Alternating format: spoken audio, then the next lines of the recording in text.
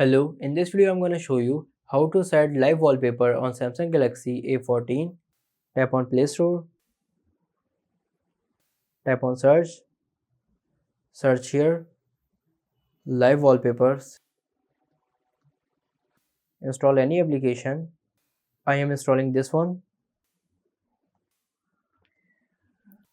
Live wallpaper application is installed. Let's open it. Accept the terms and condition. Tap on cross. Go in video wallpapers. Select any live wallpaper. For example, I am selecting this one. Simply tap on download. It is showing two options. One is watch ad and the other one is use credits.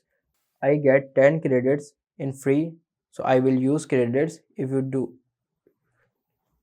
If you does not have any credits, then you can watch ad. So I will use my credits. Tap on set video wallpaper. Simply cross here. Tap on set wallpaper. Select home screen. Video wallpaper is updated. Now let's check it out.